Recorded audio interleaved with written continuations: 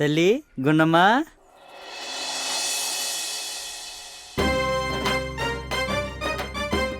గుండమ్మా, అమ్మా. ఓయ్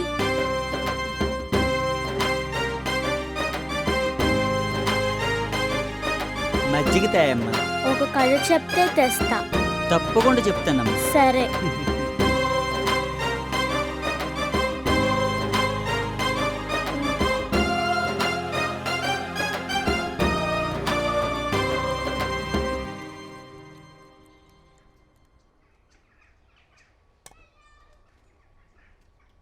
ఇప్పుడు నీకు ఒక మంచి కథ చెప్తాను. మ్మ్. పూర్వము ఝాన్సీ అనే ఒక రాజ్యం ఉండేది. ఆ రాజ్యానికి లక్ష్మీబాయి అనే రాణి పరిపాలిస్తుండేది. పాపము రాణికి చాలా కాలం పిల్లలు లేరు. అయితే కొన్నాళ్ళు పోయాక ఒక బాబుని పెంచుకుంది. అప్పటికే ఆ ఝాన్సీ రాజ్యాన్ని ఆక్రమించాలని ఈ తెల్లదొరలు చూస్తున్నారు. ఏ రాజుకైనా పిల్లలు లేకపోతే ఆ రాజ్యాన్ని వాళ్ళు కలిపేసుకునేవాళ్ళు. ఈ రాణికి కూడా పిల్లలు లేరు కదా. అప్పుడు బ్రిటిష్ వాళ్ళు వచ్చి, నీకు పిల్లలు లేరు కదా, ఈ రాజ్యాన్ని మేము కలిపేసుకుంటామన్నారు. ఈ రెవులరా మా రాజ్యాన్ని కలిపేసుకోవడానికని కత్తి తీసి, మీరు వీరులైతే నాతో యుద్ధం చేసి గెలిచి నా రాజ్యాన్ని తీసుకోండిరా అని బ్రిటిష్ వాళ్ళతోటి యుద్ధానికి సిద్ధపడింది. తాను పెంచుకున్న బాబున్నాడు కదా, ఆ బాబుని వీపు మీద కట్టుకొని గుర్రం ఎక్కి బ్రిటిష్ వాళ్ళతోటి పెద్ద యుద్ధం చేసింది.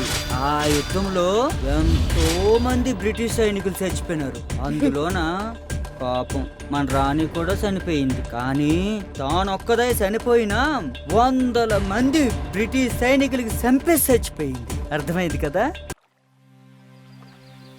నమస్కారం కృష్ణమ్మ గారు. నమస్కారం లచ్చన్న గారు.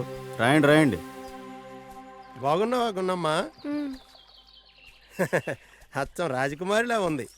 మా బంధువు ఒక ఆయన రంగం నుండి వస్తూ ఈ బట్టలు తెచ్చాడండి. మనకెందుకండి ఈ బట్టలు? మన కొట్టు, మన బొట్టు, మన పిల్లలకి అందంగానే ఎలాగో రేపో పెళ్లి చేసి ఒక 5 చేతిలో పెడితే మన బాధ్యత తీరిపోతుంది. వాళ్ళు ఎలాగో ఈ కట్టు బొట్టు మార్చుకుంటారు. సరే సెలవు ఇవ్వండి. మరేమీ లేదండి, మన మందసా జమీన్ పరిధిలో రైతులు పడుతున్న ఇబ్బందులు ఒక రైతుగా మీకు తెలియనిది కాదు. ఇటువంటి పిల్లల భవిష్యత్తు ఏం కానుందండి. అందుకే మనకు ఒక సంఘం కావాలి. అది సాధ్యమేనా? అసాధ్యమైతే కాదండి. ఇప్పటికే దేశవ్యాప్తంగా రైతులు ఎక్కడికక్కడ సంఘాలు ఏర్పాటు చేసుకొని జమీందారులను ప్రతిఘటిస్తున్నారు. మనం ప్రతిఘటించకపోతే జమీందారులు జలగల్లా మనల్ని పీకు తింటారు, మన రక్తాన్ని పీల్చేస్తారు. శిస్తుల కోసమా ఒత్తిడి? వర్షాల సకాలంలో పడడం లేదు.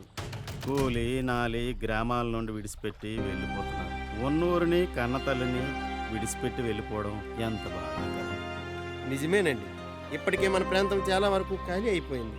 పొట్ట చేత పట్టుకుని పరాయి ప్రాంతం వెళ్ళడం, అక్కడ ఊరు కాని ఊరిలో చావు ఎంత బాధాకరం. భవిష్యత్తులో ఇటువంటి పిల్లల భవిష్యత్తు ఏం కానుందండి. రైతు సంఘం పెట్టడం వలన రైతులకు మేలు జరుగుతుందంటే అంతకంటే కావాల్సింది ఏముందండి. అయితే రైతులకి మనం నచ్చజెప్పాలి.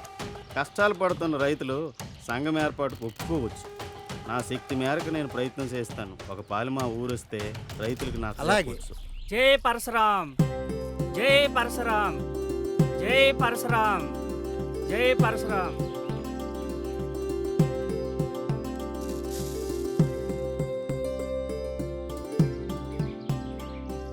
స్వామి, ఈ గండ్రగొడ్డలు ఉంచండి.